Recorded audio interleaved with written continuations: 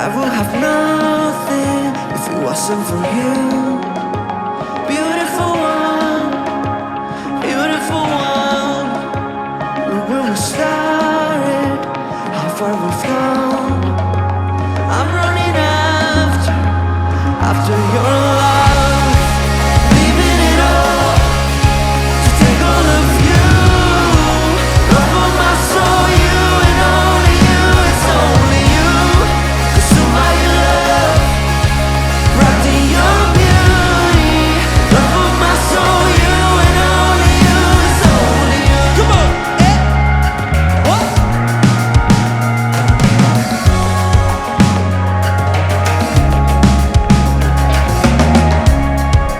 All of the good things are because of you. Beautiful one, beautiful one. And I'm so grateful, and I'm just so grateful that you don't give up. I'm still running after your love, leaving it all to take all of you. Love of my soul, you and only you. It's only you, consumed by your love, wrapped in your beauty. Love of my soul, you and only you. It's only you, leaving it all to take all of you. Love of my soul, you and only you. It's only you, consumed by your love, wrapped in your beauty.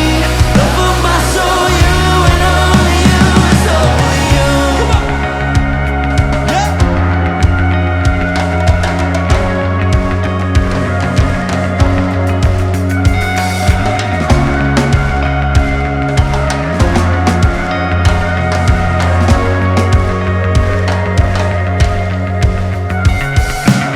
Feeling love, beautiful one, we lift you up. You are so good to me, I'll give you everything. Feeling love, beautiful one, we lift you up. You are so good to me, I'll give you everything. Feeling love, beautiful one, we lift you up. You are so good to me, I'll give you everything. Feeling love, beautiful one, we lift you up. You are so good to me, I'll give you everything.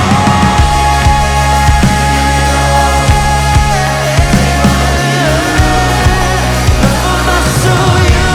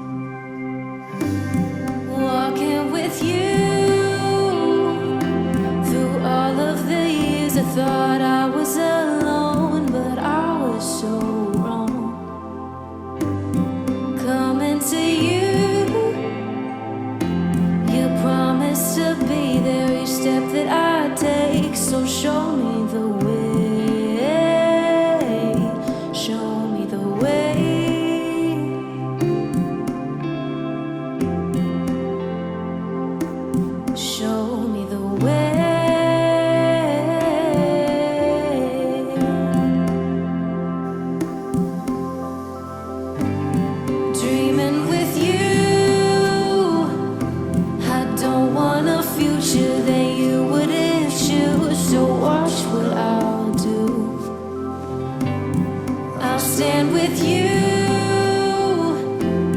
I will be your feelings and I will be true. Will you stand with me too? I'll stand with you.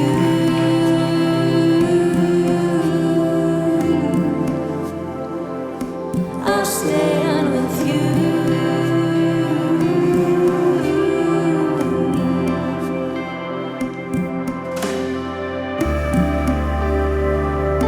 I'll stand with you, Jesus. I'll stand with you. When I look, I'll find you. When I look, I'll find you. When I look, I'll find you. Oh, when I look, I'll find you. Jesus, when I look, I'll find you. I know when I look, I'll find you. When I look, I'll find you. Jesus, when I look, I'll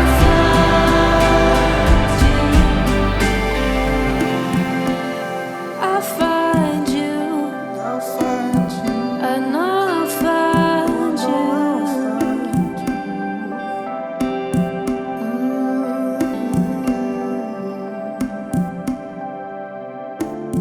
I call on you.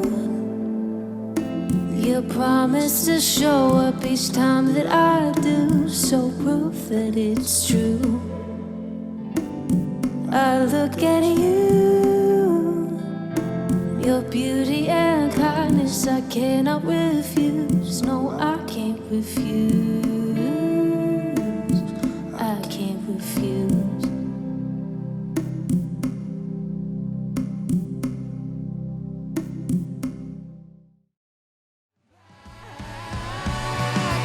You just promised me to the end you're there, 'cause you never fail me all my life.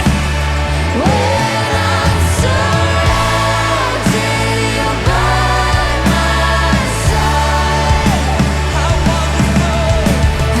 wonderful, how beautiful, how permanent that you never fail me all my life.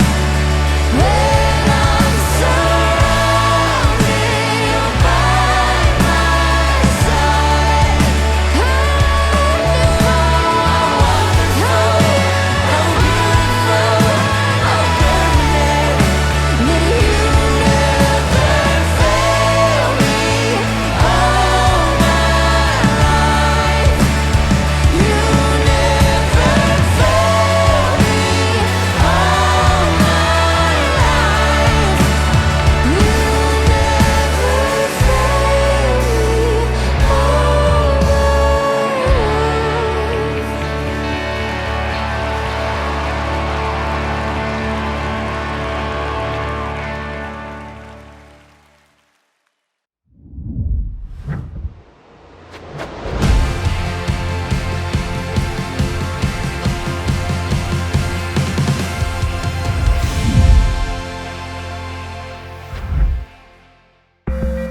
Welcome to Mosaic, everybody. Welcome to church. My name's Aaron. I'm one of the pastors here, and this is my lovely wife, Haven. And we're just so glad to have you joining us for this gathering right now.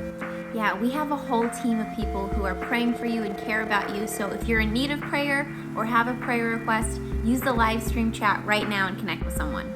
And today we have the unique opportunity to be able to share this gathering with anyone around the world. So copy the link mosaic.org/live and send it to a friend, send it to a family member.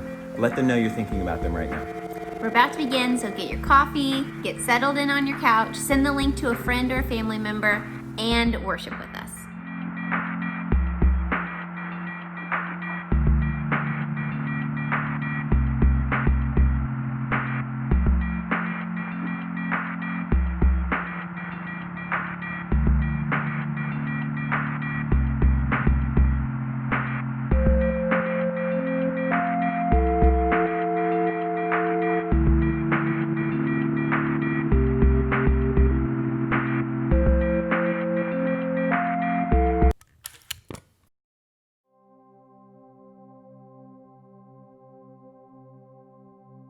You are constant in the way that you forgive me, steady as the moon that shifts the tide, consistent in the way that you believe in me, true in how you choose me every time. To the end, I will stand with you to the end, devoted to you to the end. I will sing to you to the end. You are constant in the way that you amaze me, steady as the moon that brings the night. You're consistent in the way that you're redeeming me, true in how my past won't change your mind.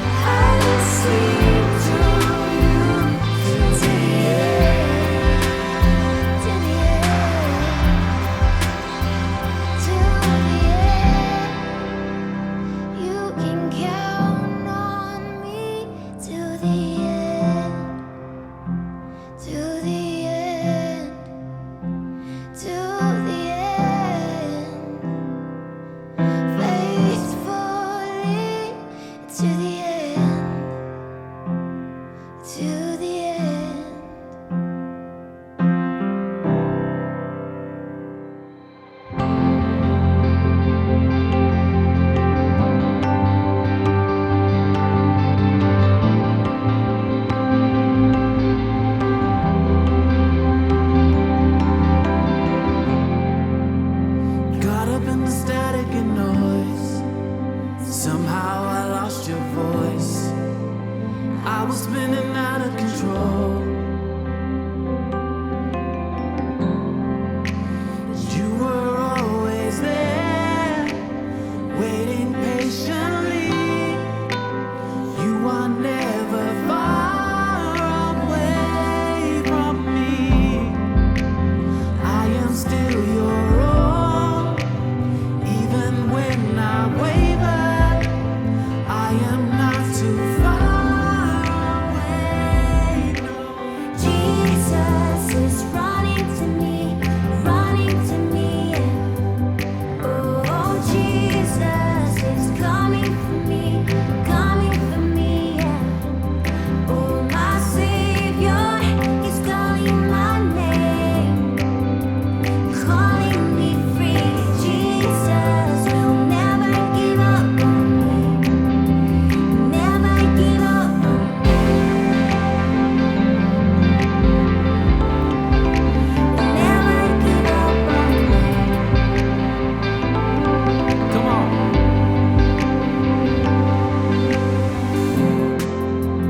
Drawn into the city lights, I had lost you from my sight, but you never lost sight of me.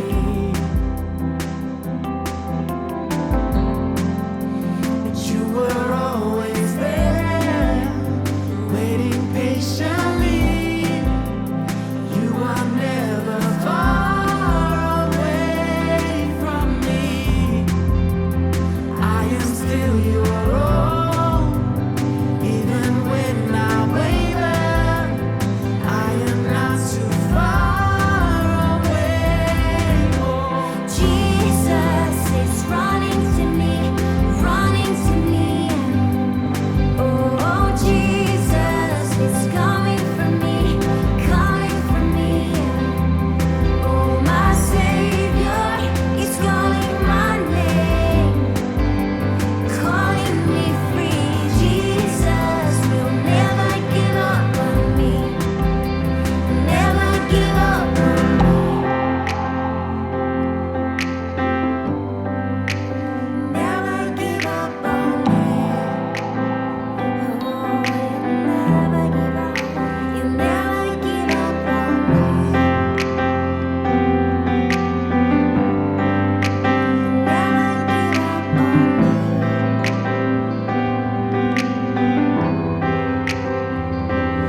Oh, Jesus is running to me, running to me. Oh, Jesus is coming for me, coming for me. Oh, my Savior is calling my name, calling me free. Jesus will never give up on me, never give up on me.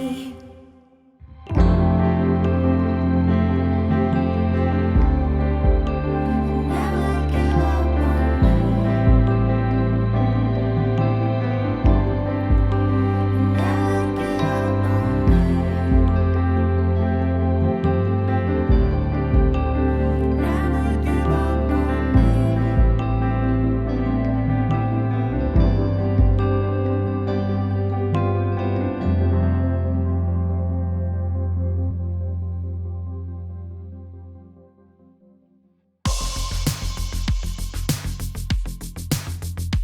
We know that there's so much going on right now, and we want to let you know that we're always here for you. We want you to stay connected to community, and the best way you can do that is to connect with us online. You can follow us on Instagram, download the Mosaic app, or sign up for a newsletter at mosaic.org/newsletter. The new album Human from MSC is out everywhere. We have a couple of things for you. We have live concert videos on YouTube available right now. And we have an 8-day devotional from our very own MSC. We can check it out that on the Bible app. It's amazing. I loved it. And don't forget to follow them on Instagram to stay up to date. We love you guys. Our awesome kids team puts together a video each week with a time for worship and to learn about the Bible. What do you love about it, Brooklyn? I love when we get to sing and dance. To watch, go to mosaic.org/ Okay. I'm John Thomas. My name is Matt Pagan That's right. We're youth pastors here. at Mosaic. And this Friday we have something special for you. What do we have? We got Friday, Youth at Night, 10 p.m. Youth group. Bow. Yo, what's up, Mosaic? Yeah! Our parents are gonna be on team night. So for everyone that realizes that this is out of control, we have the ability to contribute to the change by acknowledging that this is for real and putting something on it. Do something. Pick up the phone, you can text message, there's numbers going all across. Do something. Yeah. Do something. This week, so go check it out. RSVP for team night at mosaic.org/team night. See you there this Wednesday at 6. Peace. Oi, tudo bem? For all our Brazilian family out there, or if you know anyone that speaks Portuguese, we have new gatherings in every Sunday at mosaic.org/Brazil. So send the link to a friend e te vejo por lá. Hey guys, right now we are in the middle of book clubs and we are following along with Pastor Erwin's series, The Path to Inner Peace. And it's been amazing, I've been loving it, and it's not too late to join. So make sure you go to mosaic.org/bookclubs. Yeah, Kinsey and I have been leading one here in Atlanta. It's been amazing. Just having some beautiful, authentic conversations of what it looks like to have inner peace. And so if this is for you, this is for anyone that you know, make sure that you invite them to book clubs. So it's not too late. Get your copy. Go to mosaic.org/bookclubs. We'll see you there. Hey Mosaic, now we're gonna step into a time of giving and generosity and talk about why we give here at Mosaic. In Luke 6:38, Jesus says, "Give and you will receive. You will be given much. It will be poured into your hands more than you can hold. You will be given so much that it will spill into your lap. The way you give to others is the way God will give to you." I love this passage so much because Jesus is essentially challenging that worldview that says, hey, if you want to get more, you want to be successful, you want to build wealth, it's all about how much you can get. He says, no, actually it's the opposite. It's all about how much you can give. And so even in times of economic uncertainty, which we find ourselves in today, it's hit my home too. My wife, Rhea, and I are unsure what the future holds as it relates to our jobs and as it relates to our income in a few weeks. But one thing we're not shaken on is that Jesus' words are true. That if we would commit to a life of generosity with no contingency, meaning whether we have more than enough, whether we have just enough, or whether we don't have enough at all, we commit our lives to generosity, because then and only then can we experience more and more. And I think once we step into that, we will begin to see Jesus provide in ways that we never thought possible. So give with us today. Go to mosaic.org/give, or even go to our app, find the giving section, and commit to a recurring gift. Your generosity is what allows us to serve our cities so well. Thank you, thank you, thank you.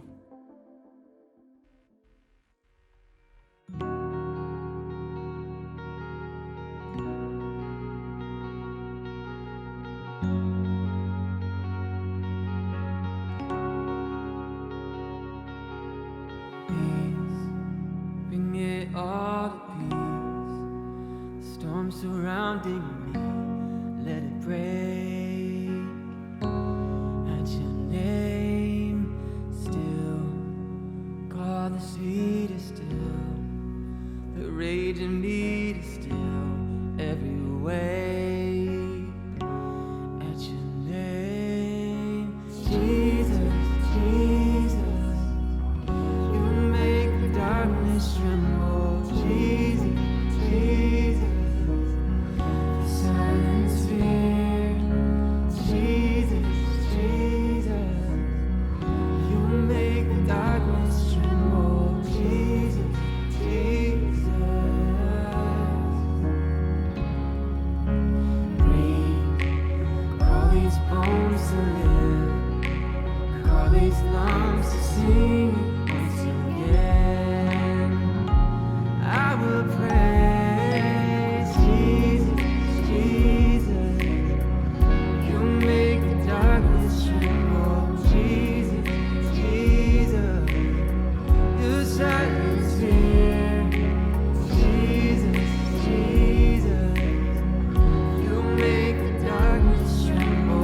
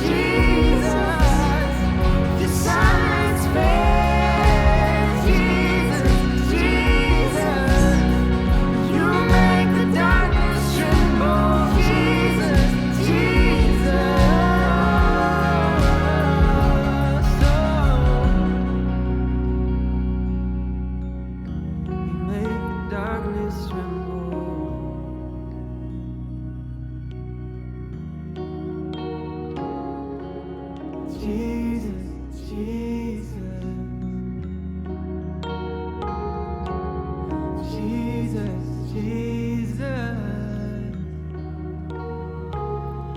Your name is a light that the shadows can't deny. Your name cannot be overcome. Your name is a light forever lifted high. Your name cannot be overcome. Your name is a light that the shadows can't deny. Your name cannot be overcome. Your name is a light forever lifted high. Your name cannot be overcome.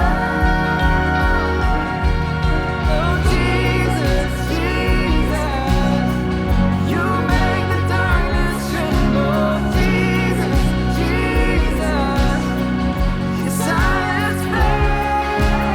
Jesus, Jesus, you make the darkness tremble. Jesus, Jesus.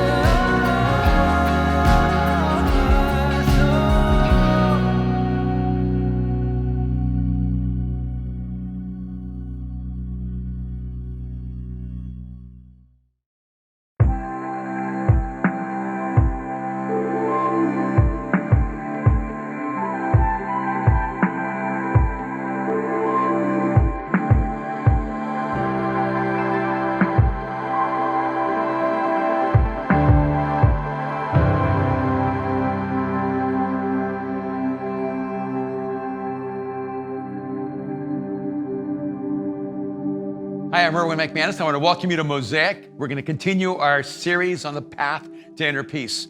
Today, we're going to focus on code 3. The warrior finds honor in service. We're going to focus on the power to serve. I know those two words don't usually go together, power and serve. Usually when we think of a person with power, we think of a person who no longer has to serve. And when we think of a person who has to serve, we think of a person without power. But I want us to step back and actually realize that God has actually given us power to serve. I think there's this fascinating word, dunamis, in the scriptures that actually deals with power, which is the word that we get, the concept of dynamite, that we have this dunamis, this dynamite power inside of us. And it's speaking about the gifts that God places inside of every person who has given their life to him. And in 1 Peter chapter 4, verse 10, we are told each of you should use whatever gift you have received to serve others as faithful stewards of God's grace in its various forms.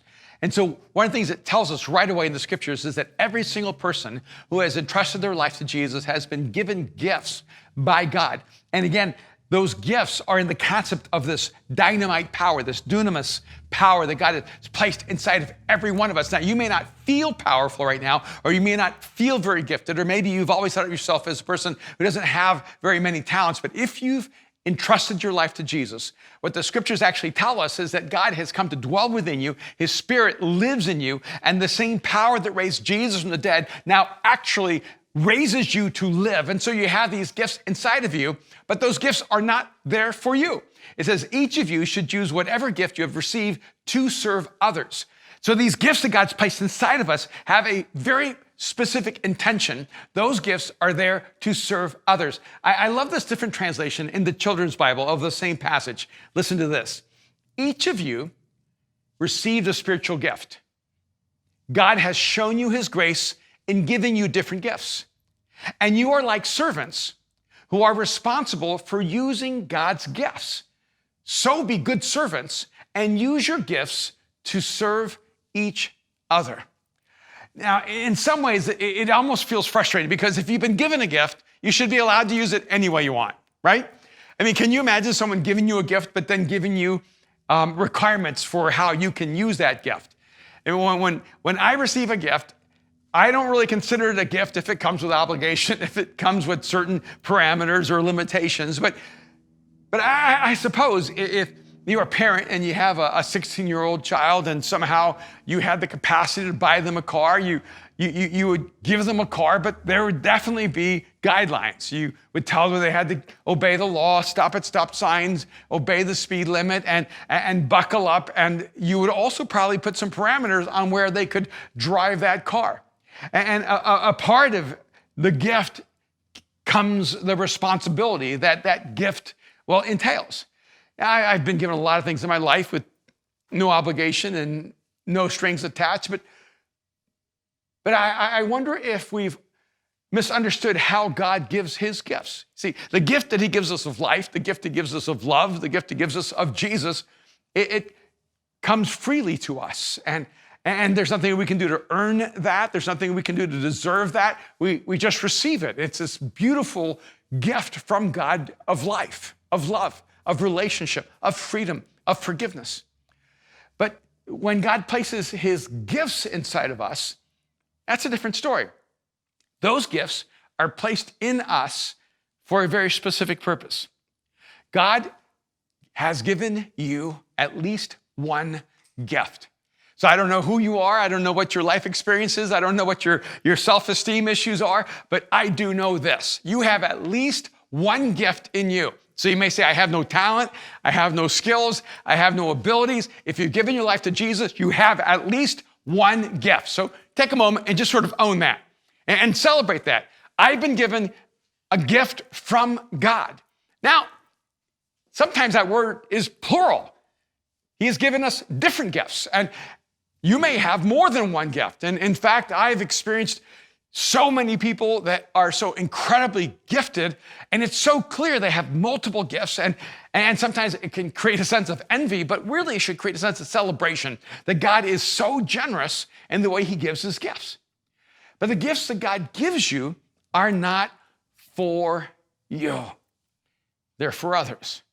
Those gifts are placed in you as a stewardship so that you can serve others. This is, to me, a power that sometimes is underestimated and underused and maybe even misused. When we look at this particular code, it says that the warrior finds honor in serving. That the warrior of peace understands that there's no greater privilege, no greater honor than to serve another human being, than to serve a cause bigger than oneself, and to serve the God who actually came to serve us. And there's something beautiful in the spirit of a human being who loves to serve and has harnessed the power to serve. Without maybe going into too many specifics, sometimes I find the church, and if I could just take a moment, just talk to those of us who actually believe, sometimes I find the church to be incredibly self-indulgent when it comes to spiritual gifts. And in fact, the times I find the church to be incredibly weird and bizarre and unhealthy is when we over-focus on, quote, the gifts that God's given us. Because it seems to me that so oftentimes the way that we use spiritual gifts, it's almost as if we're in this spiritual jacuzzi, just sort of enjoying ourselves while the world is out in the ocean drowning in a storm. And it seems to me that the more we focus on our gifts for our own personal benefit, the more unhealthy and unlike God in their expression they become. Maybe that's why when we over-focus on our gifts, on what they do for us and how they make us feel, we actually become less effective in connecting to a world that's searching for God. I don't know what your spiritual gifts are. I don't know what gifts you have been taught to emphasize or put more weight in, but I do know this. Whatever spiritual gifts you've been given by God, those gifts were never given to you for you.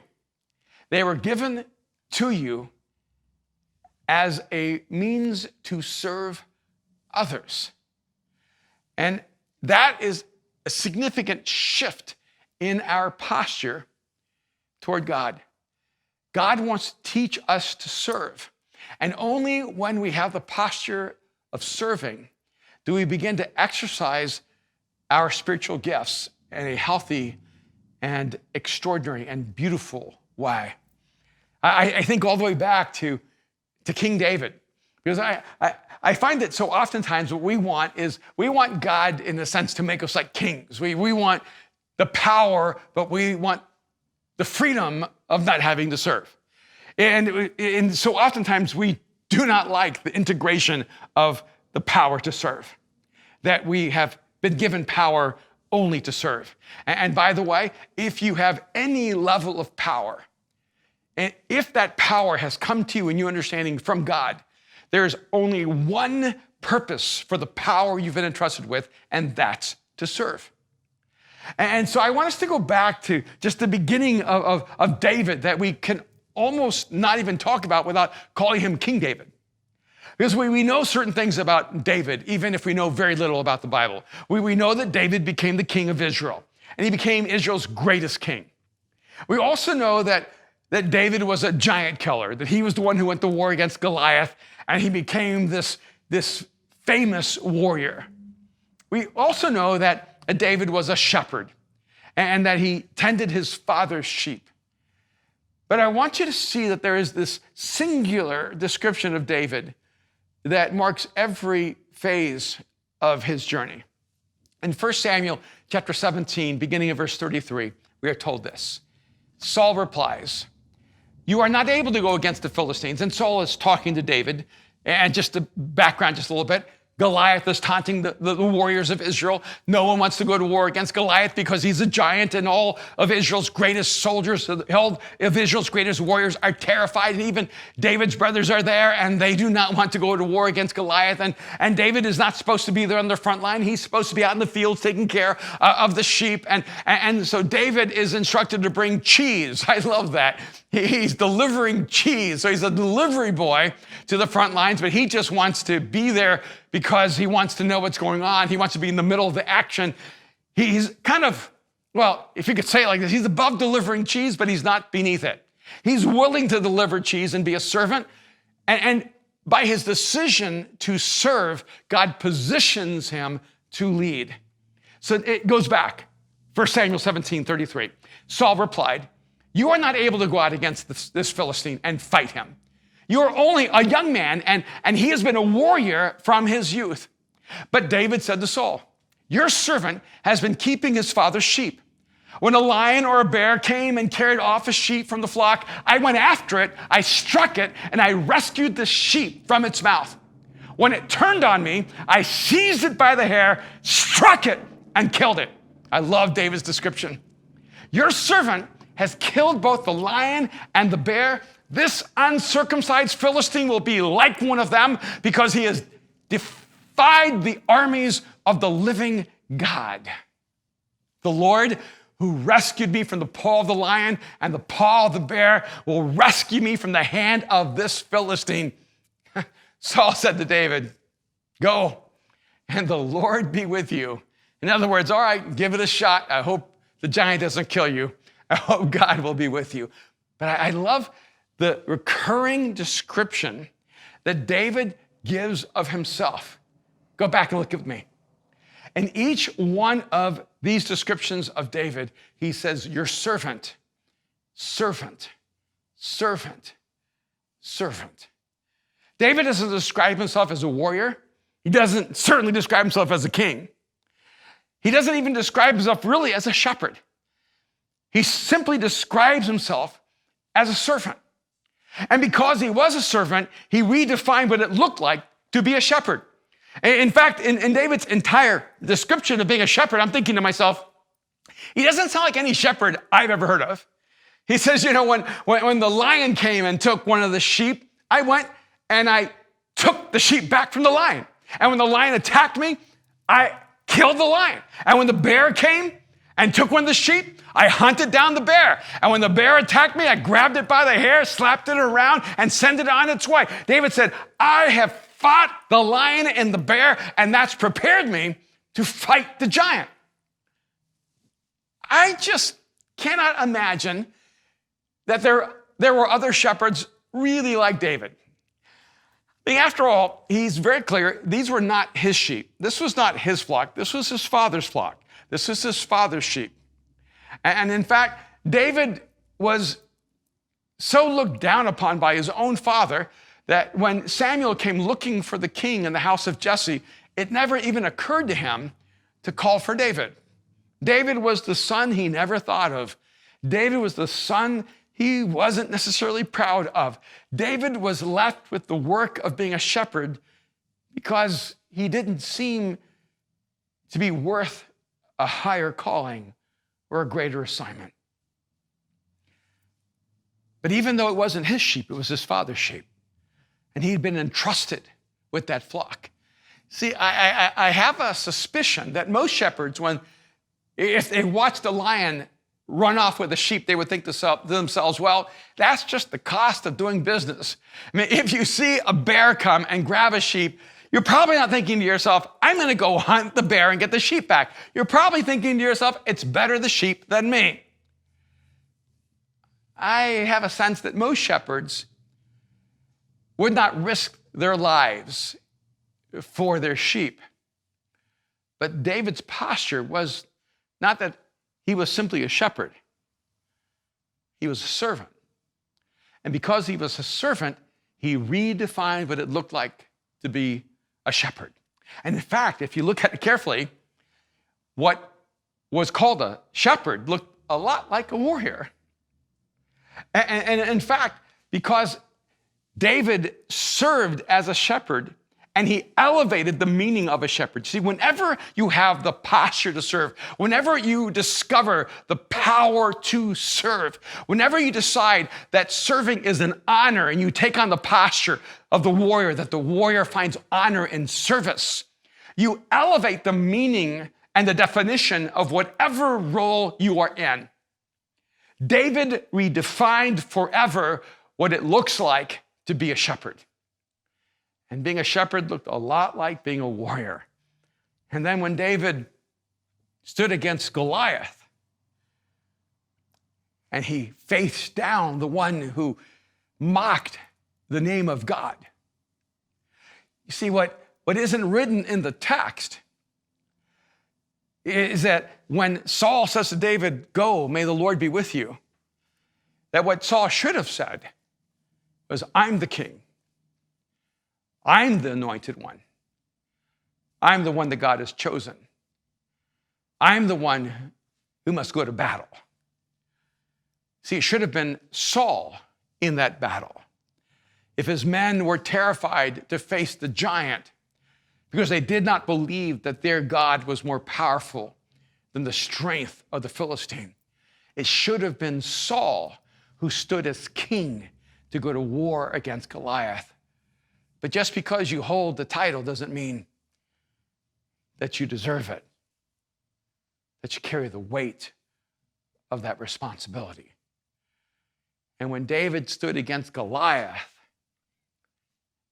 he said, I'm going to win this battle not because of who I am, but because I stand here to honor the name of my God. In that moment, David was a warrior who elevated what it meant to be a warrior. And when David was a warrior, he looked like a king.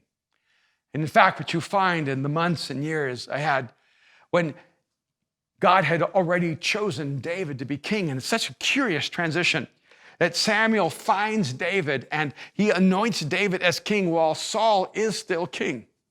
Saul holds the position of king, and David holds the calling of king. Saul sits on the throne, but David has the anointing. And while David was a warrior, he was already living like a king. And so at each stage of his life, he elevates his role by taking on greater responsibility, by choosing to serve. And each time he was already living as if the next phase of his life was a reality. When David was a shepherd, he was living like a warrior. And when David was a warrior, he was living like a king. And when David lost his way as a king, it's because he had forgotten where he came from. That before he was a warrior, he was a shepherd. And before he was a shepherd, he was a servant. And when he chose to be a servant, God redefined what it was to be a shepherd, redefined what it was to be a warrior, and redefined what it was to be a king. I think sometimes we forget that God elevates us not so that we can think more highly of ourselves. God elevates us to expand our capacity to serve others. If you are right now in a position of power, if you have influence, if you have wealth, if you have position, if you hold power, there is one singular reason for your power, and that's because you've been called to serve. I think that many of us have spent our lives fighting to get out of the obligation of serving. We may have even served, but we never had a servant's heart. We worked because we had to work. We labored because we had to labor. We did the dirty jobs and we got our hands dirty because that's what we had to do, but we didn't take on the posture of a servant. And the only way you can know if you took on a posture of a servant when you had no power is that you're taking on the posture of a servant when you have power. The only way you can know you had the posture of a servant when you had no wealth is that if you have the posture of a servant when you have great wealth. Wealth and power and fame and position, they don't change who you are at your core. They reveal who you are at your core. And if you don't choose to serve at the beginning of your journey, it will be virtually impossible to choose to serve when you find yourself weighed down by all the possessions of this world. We should never forget, and there's no way we can overlook the paradox of Jesus being the one who has all power. It's an interesting contrast in the scriptures where Jesus says, apart from the Father, I can do nothing. And it tells us in Philippians that Jesus emptied himself of all of his power and became as nothing. And yet later, John tells us that Jesus, in John 13, now knew that all authority had been placed back under him and that he had received all power. In fact, it tells us this in verse 1. It was just before the Passover festival, and Jesus knew that the hour had come for him to leave this world and to go to his Father. Having loved his own who were in the world, he loved them to the end. Jesus and his followers were at the evening meal. The devil had already persuaded Judas Iscariot to turn against Jesus, and Judas was the son of Simon. And Jesus knew, here it is, Jesus knew that the Father had given him power over everything. In this moment, all power had been restored to Jesus. He also knew that he had come from God and he was going back to God. So this was Jesus's culminating moment. He knew that he had the power to execute anything he desired. He knew he had the power to do anything he wanted. There was no power that he did not have access to. It was all his in that moment. What would you do in that moment? You had all power. What would you do in that moment where you knew nothing was outside of your capacity? What would you do if all the power of the universe was harnessed under your will? The power to speak light into the universe, the power to create life, the power to raise the dead, the power of God, all of it contained in this man, Jesus. What would you do if you knew you had all power? And Jesus' first act, in the moment he knew that all power had been entrusted him, that all power was once again in his hands. It says in verse 4, so during the meal, Jesus stood up and he took off his outer clothing. Taking a towel, he wrapped it around his waist. Then he poured water into a bowl and began to wash his followers' feet. He dried them with a towel that was wrapped around him. And here you have Jesus, one by one, going to each of his disciples, washing their feet. And washing someone's feet was the lowest act of servanthood. It was an act of humiliation, an act of humility when you choose it. And even Peter, when Jesus got to Peter, he said, Lord, there's just no way you're going to wash my feet. And I resonate completely with Peter. There's just no way I would let Jesus wash my feet. And Peter's like, this is not going to happen. Now, I think if it had been John, Peter would have said, wash my feet. If it had been Luke, Peter would have said, wash my feet. If it had been Judas, he would have said, wash my feet. But it's Jesus. How can you have someone who's greater than you serve you? And Jesus says, Peter, if I do not wash your feet, you will have no part in me. And Peter, who's always an extremist, said, okay, then wash all of me, Lord, not just my feet, but my head, but everything. What Jesus is saying is that the healing we need, the cleansing we need, the forgiveness we need, no one can give us that except for him. See, and the symbol, the metaphor, was their filthy, filthy feet carrying the dirt and dust of the steps they've chosen to live. And Jesus being the only one who could wash their feet and make them clean.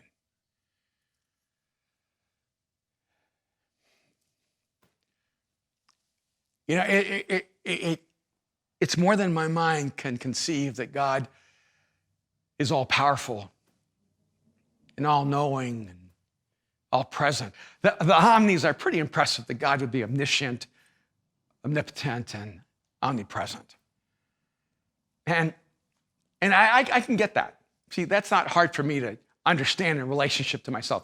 I get that God is more powerful than me. I don't have a hard time understanding that God is more knowledgeable than me. It's not difficult for me to understand that God is everywhere and I'm just right here. But you know what really just causes my brain to actually hurt, what causes my mind to struggle to comprehend, it's not that God is more powerful than me or more wise than me or more eternal or transcendent than me. What's amazing is to realize that God is more humble than me and than you. That God is a greater servant than you or I will ever be.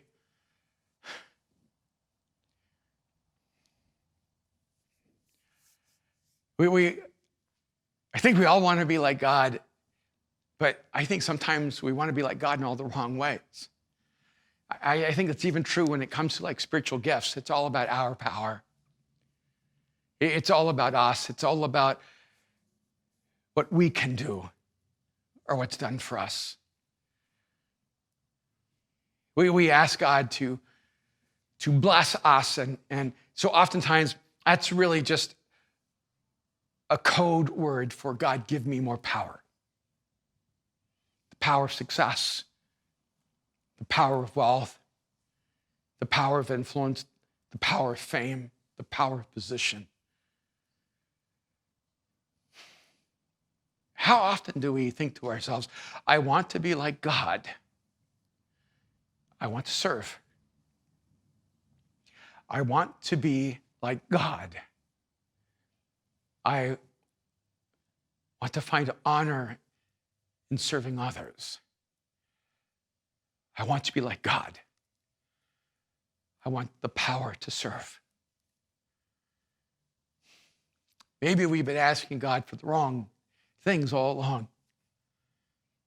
Maybe we need to turn our entire view of reality upside down, and instead of asking God to make us the most important people, maybe what we need to do is ask God to teach us the most important thing as a person to do is to serve.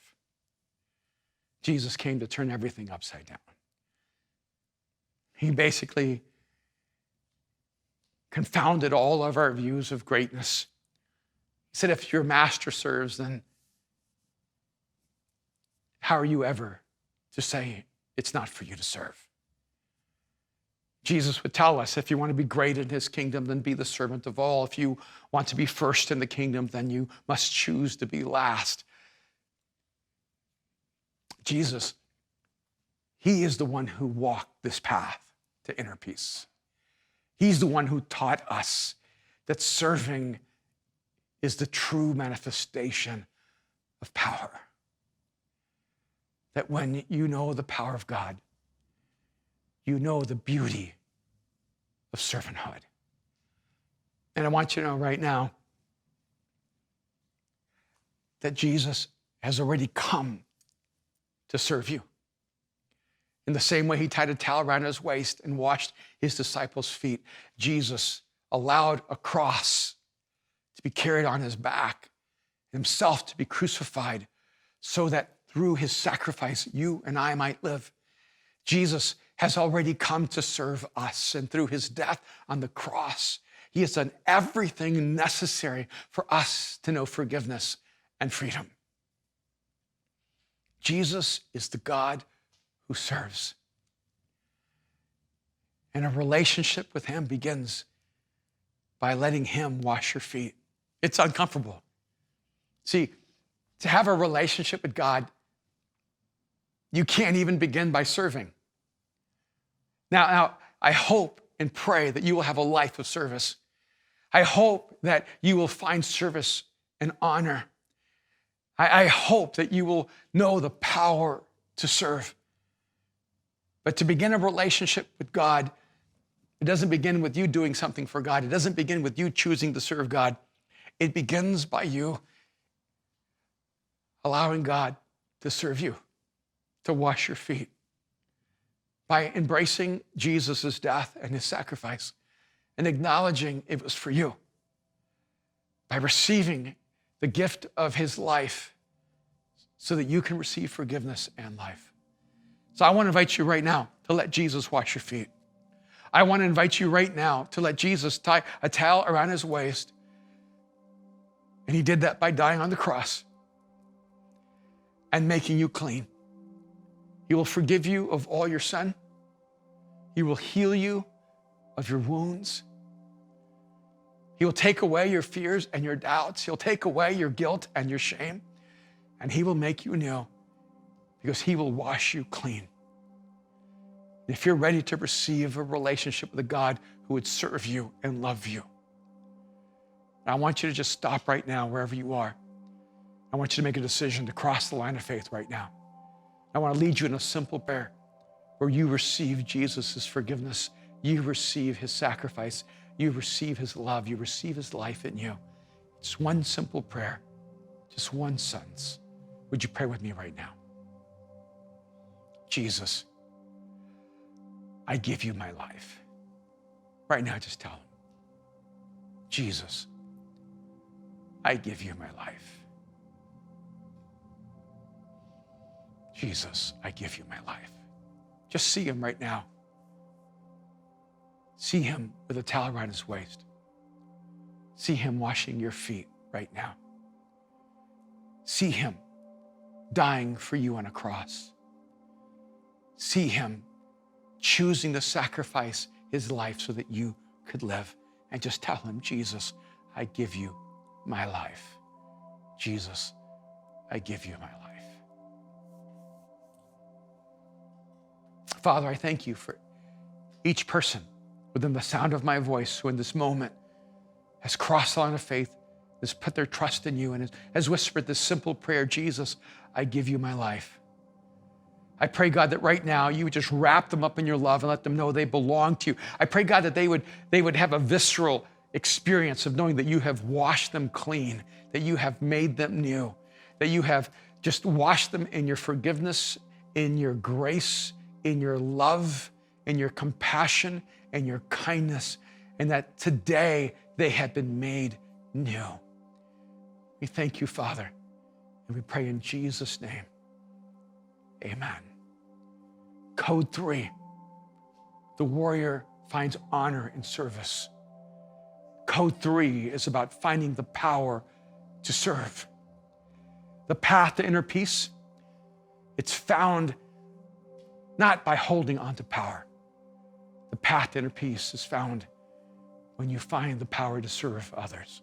So I want to encourage you right now to make a few small choices. One, even in the middle of quarantine, even in the middle of lockdown, find a way to serve. Find a way to serve others.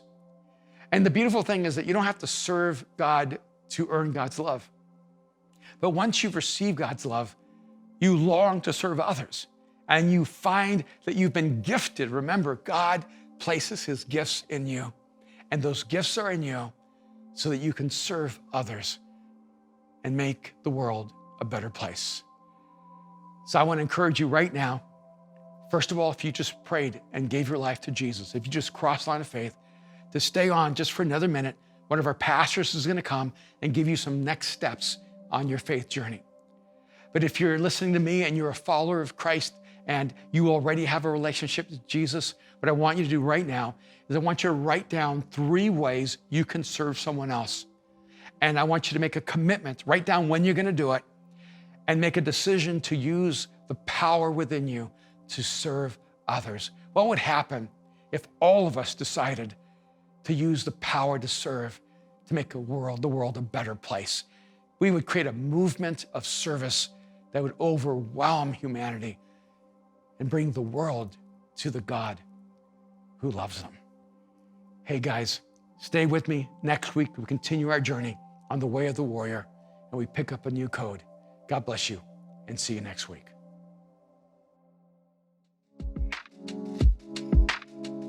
Mosaic, can we just take a moment to thank Pastor Erwin for that incredible talk? Go ahead and write it in the chat, maybe the moment that spoke to you most on your faith journey. And if you did decide to follow Jesus, we want to celebrate with you, so let us know in the chat. Also tell a friend, share the journey with them. And then download the Bible app and dive into scriptures. You can go to mosaic.org/followjesus and fill in your information and let us know there too. We love you so much and can't wait to see you next week. We hope you have an amazing day and an amazing week. Take care. Mwah.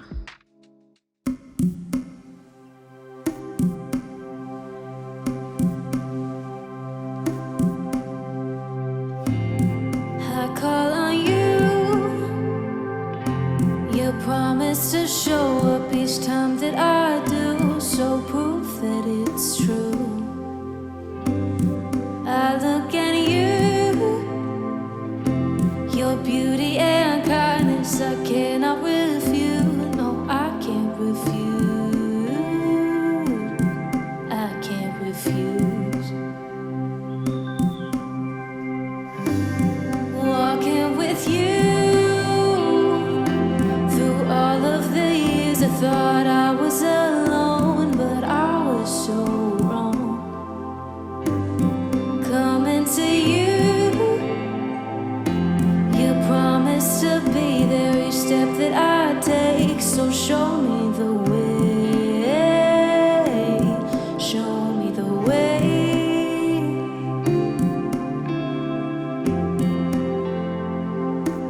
Show me the way.